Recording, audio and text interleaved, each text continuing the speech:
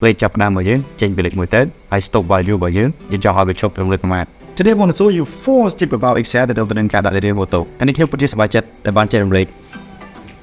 Oh yeah.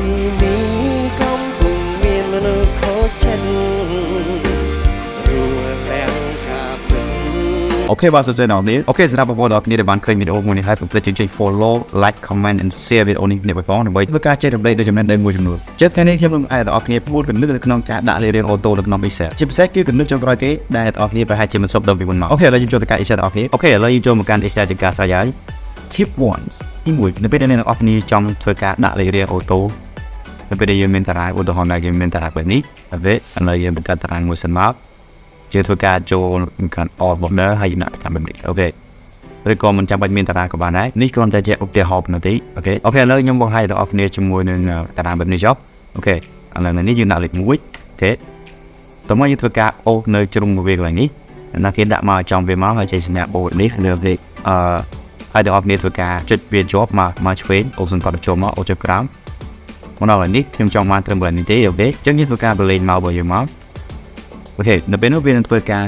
រត់លេខរៀងយើងជាលេខ1ទាំងអស់ចេះជាបន្តមកអ្នកទាំងអស់គ្នាគ្រាន់តែចុចនៅលើពាក្យថា auto fail option click on fail option and click on fail series this is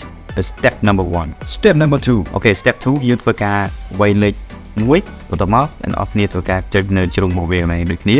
នៅពេលដែលយើងអូសហ្នឹងកំណត់ពេលដែលយើងអូសយើងធ្វើការចុច control ឲ្យជាប់នៅលើ keyboard របស់យើងអញ្ចឹងវានឹងធ្វើការបង្ហាញនៅលេខរៀង auto ឲ្យយើងជាការស្រេចយើងចង់បានប្រមាណលេខរៀងយើងធ្វើការអូសមកតាមអ្វីដែលយើងចង់បានអ្វីដែលទាំងអស់គ្នាត្រូវកត់សម្គាល់នោះគឺនៅពេលដែលទាំងអស់គ្នាធ្វើការអូសបែបនេះនៅពេលដែលយើងលេខដៃទៅវិញគឺយើងត្រូវការលេខមកមុនជាមួយនឹង control តាមក្រោមអូខេយើងធ្វើការលេខមករបស់យើងមកតោះមកយើងធ្វើការ blade control easy step number 3 step number 3 okay step number 3ដែលអង្គគេធ្វើការវិញទៅមក enter ហើយវិញ fee តើមកអ្នកគេធ្វើការ select ពីនឹងចូលគ្នាហើយយើងធ្វើការ all clear នៅពេលដែលយើង all យើងមិនចាំបាច់ធ្វើការចុច control ទេហើយដល់គ្នា all មកឃើញបញ្ចេញលេខរៀង auto ឯងចឹងវា easy ជាង step number 2 yeah step number 4នេះគឺជាចំណុចចម្បងដែលផែនអ្នកទាំងអស់គ្នា follow អញ្ចឹងអូខេ step មួយនេះពិតជាអស្ចារ្យមែនទែនសម្រាប់អ្នកទាំងអស់គ្នាអូខេឥឡូវខ្ញុំមានតារាងបែបនេះអូខេយើងដាក់តារាងចឹងដើម្បីយើងស្រួលមើលអូខេឥឡូវយើងវាយលេខ1តើមកអ្នកទាំងអស់គ្នាធ្វើការចុចនៅលើលេខ1ហ្នឹងមកតើមកអ្នកទាំងអស់គ្នាវាយពាក្យថានៅលើ keyboard របស់យើងអ្នកទាំងអស់គ្នាចុច key alt h f I ហើយនឹងអក្សរ S តើមកវានឹងចេញអស់បែបនេះអញ្ចឹងនៅទីនេះអ្នកទាំងអស់គ្នា take នៅលើពាក្យថា column so ក្រឡេកមកខាងក្រោមគេដាក់ថា step value 1 and stop value step value and stop value អញ្ចឹង